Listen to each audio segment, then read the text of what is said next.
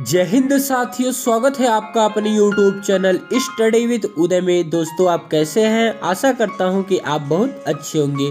दोस्तों, आज की इस वीडियो में हम अध्ययन करेंगे हिंदी शिक्षा शास्त्र के महत्वपूर्ण 15 प्रश्न, जो कि दोस्तों सीटेट परीक्षा के लिए काफ़ी महत्वपूर्ण है।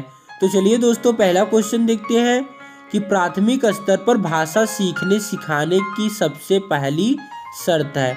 तो दोस्तों, प्राइमरी लेवल पर जो भाषा सीखने सिखाने की सबसे पहली शर्त है वो क्या होती है?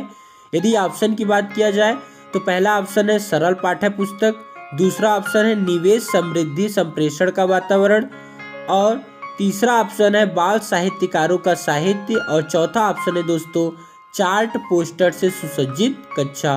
तो दोस्तों, प्राइमरी लेवल पर यदि भाषा सीखने सिखाने की बात की जाए तो उसके लिए सबसे पहला जो शर्त होता है वो होता है निवेश समृद्ध संप्रेषण का वातावरण। चलिए दोस्तों, नेक्स्ट क्वेश्चन देखते हैं हम। संयुक्त परिवारों में बच्चे का भाषा विकास अपेक्षाकृत बेहतर होता है, इसका आधार है। दोस्तों, जो संयुक्त परिवार होता है, जॉइंट फैमिली होती है, उनमें भाषा विकास अच्छी तरीके से होता है। उसका कारण क्या है, मतलब उसका आधार किस आधार पे कहा जा सकता है कि उसका भाषा विकास बेहतर होता है? तो बड़ों का परिपक्व होना, बच्चे द्वारा बड़ों का अनुकरण करना, और परस्पर अंतःक्रिया, और लास्ट ऑप्शन है परस्पर प्रश्नोत्तर। तो दोस्तों, इसका राइट आंसर हो जाएगा परस्पर अंतःक्रिया, क्योंकि दोस्तों जब जॉइंट फैमिली होती है तो उनमें हर एक व्यक्ति से क्या होता है, बच्चे का अंतःक्रिया होता रहता है, जिससे के कारण उसका भाषा विकास बेहतर होता है। चलिए दोस्तों, नेक्स्ट क्वेश्चन देखते हैं कि पढ़ने की कुशलता में सर्वाधिक महत्वपूर्ण है। पढ़ने की कुशलता में सर्वाधिक महत्वपूर्ण क्या है? शब्द पढ़ना, अर्थ निर्माण, तीव्र गति, और उच्चारणगत शुद्धता। तो दोस्तों, इसका राइट आंसर क्या होगा आपको कमेंट बॉक्स में देना है। पहली दूसरी कक्षा में अनेक बच्चे हिंदी भाषा सीखते समय अपनी मातृभाषा का प्रयोग करते हैं। तो दोस्तों, क्या है? स्वीकार्य है, अस्वीकार्य है, वैध नहीं है, बहुत गलत है।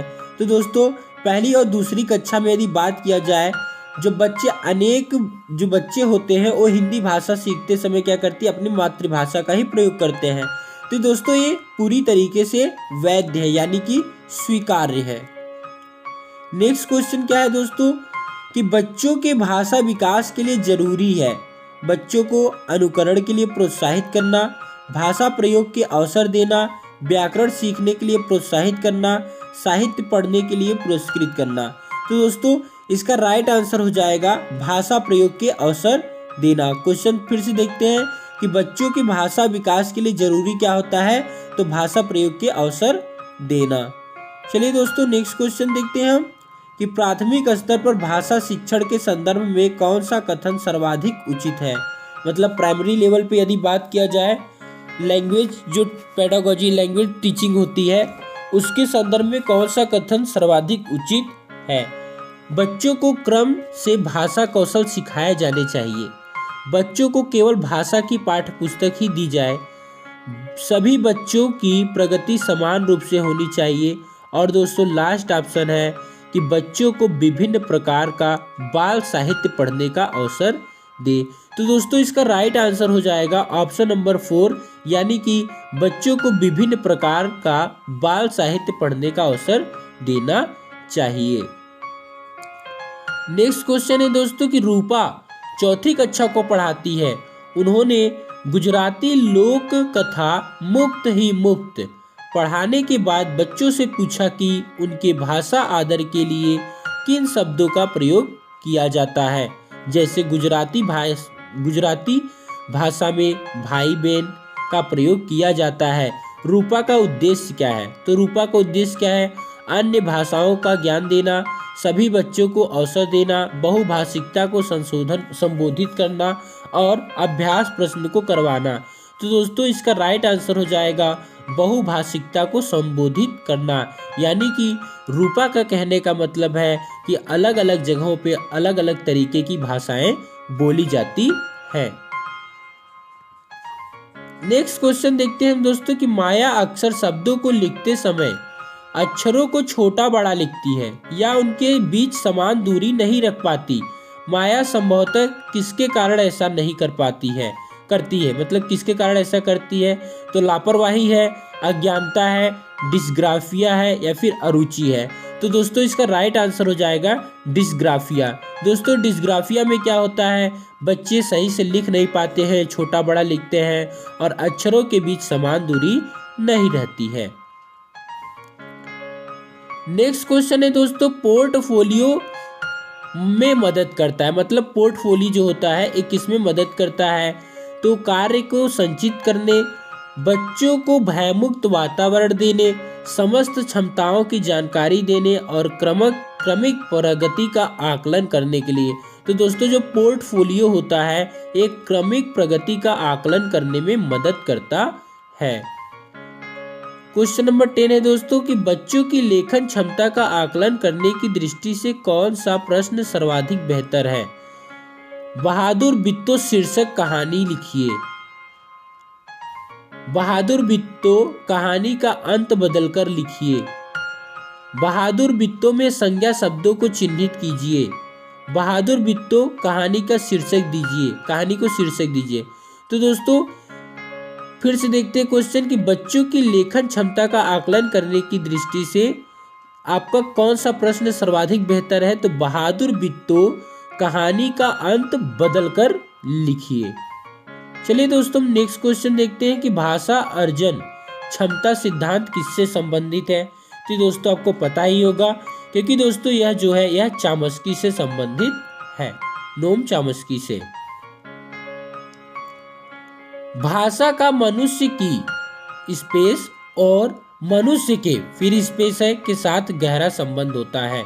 ऑप्शन में अस्मिता व्यापार, व्यावहारिकता व्यापार, अस्मिता विचार और वैचारिक व्यापार। तो दोस्तों इसका राइट आंसर जो हो जाएगा वो ऑप्शन नंबर 3 यानी कि अस्मिता विचार हो जाएगा। भाषा का मनुष्य की अस्मिता और मनुष्य के विचार के साथ गहरा संबंध है। गद्य शिक्षण में अपेक्षित नहीं है। भाषा की बारीकियां समझना, कल्पनाशीलता का विकास, तार्किक शक्ति का विकास, अनुकरण क्षमता का विकास। तो दोस्तों गद्य शिक्षण में क्या अपेक्षित नहीं है? तो उसमें क्या अपेक्षित नहीं होता है? अनुकरण क्षमता का सिद्धांत अपेक्षित नहीं है। प्राथमिक स्तर पर पढ़ाने वाली सुनीता अपनी कक्षा के बच्चों को प्रतिदिन एक कहानी पढ़कर सुनाती है और उस पर चर्चा करती है। आप इस कक्षा के बारे में क्या कहेंगे? कहानी सुनने से समय नष्ट हो रहा है। कहानी पर चर्चा भाषा विकास को अवरुद्ध करती है। पढ़ने और मौखिक अभिव्यक्ति का विकास हो रहा है। सुनीता अपने शिक्षक प्रशिक्षण की रीतियों को निभा रही है। तो दोस्तों इसका राइट आंसर हो जाएगा पढ़ने और मौखिक अभिव्यक्ति का विकास हो रहा है। लास्ट क्वेश्चन दोस्तों आज की इस वीडियो का कि ज्यादातर बच्चे स्कूल की शिक्षा की शुरुआत से पहले ही भाषा की स्पेस और को आत्मसात कर पूर्ण भाषिक क्षमता रखते हैं। ऑप्शन में यदि हम देखें दोस्तों, चुनौतियां, अवसर, जटिलताओं, मानकों, चुनौतियां, प्रचलन और जटिलताओं, नियमों। तो दोस्तों इसका राइट आंसर हो जाएगा ऑप्शन नंबर 4 यानी कि ज्यादातर बच्चे स्कूल की शिक्षा की शुरुआत से पहले ही भाषा की जटिलताओं और उसके नियमों को आत्मसात कर पूर्ण भाषिक क्षमता रखते हैं। तो दोस्तों उम्मीद करते हैं वीडियो आपको अच्छा लगा होगा। यदि दोस्तों वीडियो अच्छा लगा होगा हमें कमेंट बॉक्स में जरूर बताइएगा और ये भी बताइएगा कि आगे आपको सीटेट के किस टॉपिक पे प्रश्न चाहिए। Thanks for watching this video.